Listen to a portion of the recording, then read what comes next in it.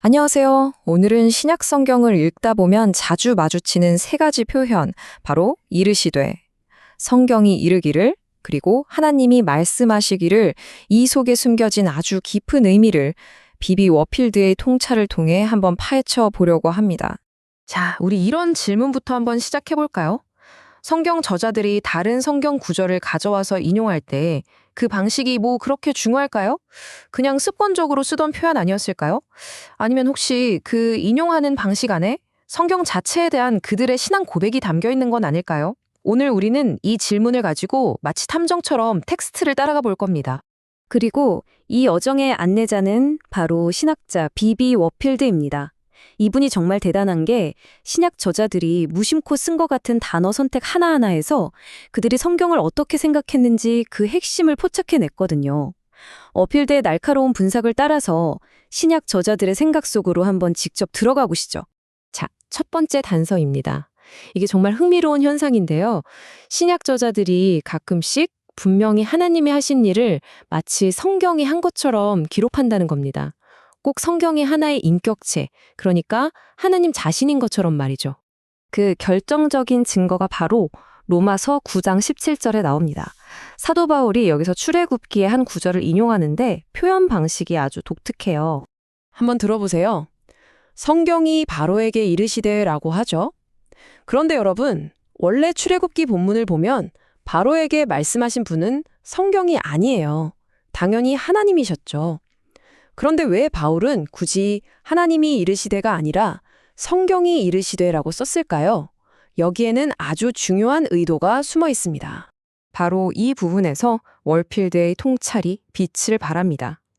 워필드는 이게 그냥 문체적인 선책이 아니라고 딱 잘라 말해요. 신약 저자들의 생각 속에서는 성경의 말씀과 하나님의 말씀이 완전히 하나였던 거죠. 너무나 당연하게 동일시 되었기 때문에 하나님이 하신 일을 성경을 주어로 놓고 서술할 수 있었다는 겁니다. 이건 성경과 하나님이 사실상 하나라는 걸 보여주는 정말 강력한 증거 아니겠어요? 자, 그럼 이번엔 동전의 뒷면을 한번 볼까요? 완전히 정반대의 현상이에요. 구약에서는 분명 하나님이 하신 말씀이 아닌데도 신약 저자들이 이걸 인용하면서 하나님이 말씀하시기를 이라고 기록하는 경우입니다. 이런 용법이 정말 많이 나오는 곳이 바로 히브리서입니다. 히브리서 저자는 구약의 여러 구절을 인용하는데 원래 그 말을 누가 했는지는 별로 중요하게 생각하지 않는 것 같아요. 그냥 그 모든 말씀을 다 하나님의 말씀으로 선포해버립니다. 여기 대표적인 예를 한번 보세요. 왼쪽에 있는 시편 102편은 명백하게 사람이 하나님께 드리는 기도문입니다. 주여 하고 부르면서 창조주께 아뢰는 내용이죠. 그런데 히브리서 저자는 이 구절을 가져오면서 이걸 하나님이 직접 하시는 말씀인 것처럼 바꿔버려요. 또 주여 태초에 주께서 땅에 기초를 두셨으며 라고요. 인간의 기도가 하나님의 선포로 바뀌는 순간입니다. 정말 놀랍죠? 워필드는 이 현상을 이렇게 분석합니다. 신약 저자들에게는 어떤 구절이 성경에 기록되어 있다는 사실 그 자체가 그 말씀이 하나님의 말씀이라는 최종 보증수표였다는 거예요.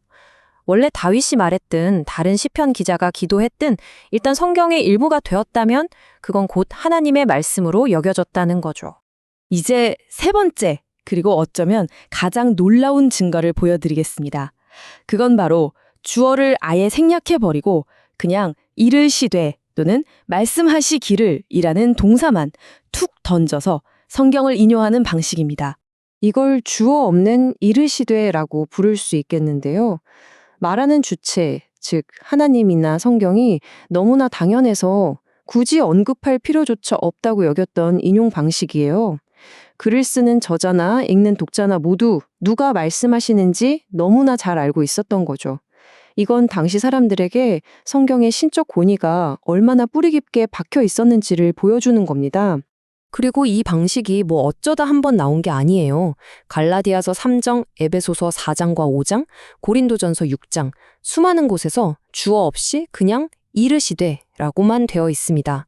누가 말하는지는 쏙 빠져 있지만 당시의 모든 독자들은 아, 이건 하나님의 음성이구나 하고 조금도 의심하지 않았을 겁니다. 증거가 차곡차곡 쌓이는 게 느껴지시죠? 워필드는 이 주어 없는 인용이야말로 신약 저자들이 성경을 어떻게 생각했는지를 보여주는 궁극의 증거, 즉 클라이맥스라고 말합니다. 이것은 성경이 그냥 책이 아니라 하나님의 살아있는 음성이라는 절대적인 확신에서만 나올 수 있는 최고의 표현이라는 거죠. 자, 지금까지 살펴본 세 가지 증거들, 그러니까 성경이 하나님처럼 말하는 것, 하나님이 성경처럼 말씀하시는 것, 그리고 주어 없는 이르시되, 이 모든 것들이 정확히 하나의 결론을 가리키고 있습니다. 그 결론은 바로 이겁니다. 신약 저자들에게 성경은 단순히 하나님의 말씀을 기록해 놓은 책이 아니었습니다. 성경 그 자체가 지금도 살아서 역사하는 하나님의 말씀, 바로 그 자체였던 겁니다. 과거의 기록이 아니라 지금 여기에서 우리에게 말씀하시는 하나님의 살아있는 음성이었던 거죠. 워필드는 이 두 가지 표현 방식이 서로 맞물리면서 신약 저자들의 마음속에 성경과 말씀하시는 하나님이 절대적으로 동일시되었다는 것을 증명한다고 말합니다. 그들에게 성경이 말한다와 하나님이 말씀하신다는 그냥 완전히 똑같은 의미였던 거예요. 그리고 이렇게 성경과 하나님을 동일시하는 것은 두 가지 아주 중요한 신학적 진리를 세워줍니다. 첫 번째는 성경의 직접적인 신성입니다. 즉, 성경은 인간의 해석을 거친 간접적인 말씀이 아니라 하나님 자신의 음성이라는 뜻이죠. 그리고 두 번째는 성경의 확고부동한 권위입니다. 성경의 모든 말씀은 한치의 오류도 없으며 절대적인 권위를 가진다는 믿음의 기초가 바로 여기서 나오는 겁니다. 결국 워필드의 분석을 오늘을 사는 우리에게 아주 중요한 질문을 던집니다. 신약 저자들이 가졌던 그 생생한 확신, 성경의 말씀이 곧 하나님의 음성이라는 그 믿음을 오늘 우리도 가질 수 있을까요? 우리가 성경을 펼칠 때 우리는 그냥 오래된 종교 문서를 읽고 있는 걸까요? 아니면 지금 바로 나에게 말씀하시는 하나님의 살아있는 음성을 듣고 있는 걸까요? 이 질문에 어떻게 답하느냐가 어쩌면 우리의 신앙 전체를 바꿀 수도 있을 겁니다.